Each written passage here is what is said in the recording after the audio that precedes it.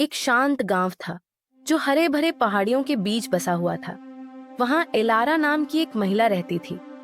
हर दिन वह जंगल के किनारे तक जाती, जहां पेड़ प्राचीन रहस्य फुसफुसाते थे और हवा दूर दूर के स्थानों से कहानियां लेकर आती थी।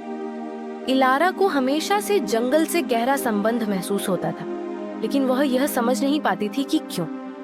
एक शाम जब सूरज क्षितिज के नीचे डूब रहा था और पेड़ों के ऊपर सुनहरी आभा फैला रहा था, एलारा ने जंगल के अंदर एक हल्की सी चमक देखी। उसकी जिज्ञासा उसे खींचती चली गई। वह उस प्रकाश के पीछे पीछे चल दी। उसके कदम नरम काय से ढकी जमीन पर हल्के पड़ रहे थे।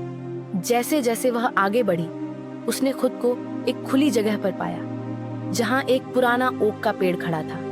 उसकी जड़ें एक चमकते हुए पत्थर के चारों ओर लिपटी हुई थी।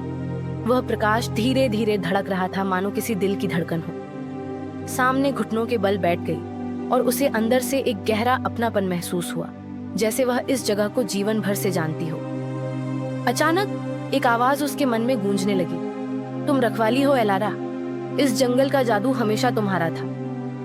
इतना सुनते ही प्रकाश और तेज हो गया और एलारा ने जंगल की सारी शक्तियां अपने भीतर महसूस की।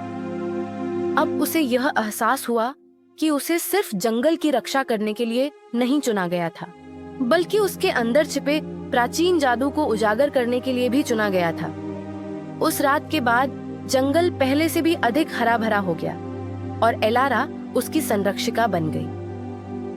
गांव वाले उसकी अद्भुत शक्तियों की बातें करने लगे, लेकिन एलारा ही सच्चाई जानती थी।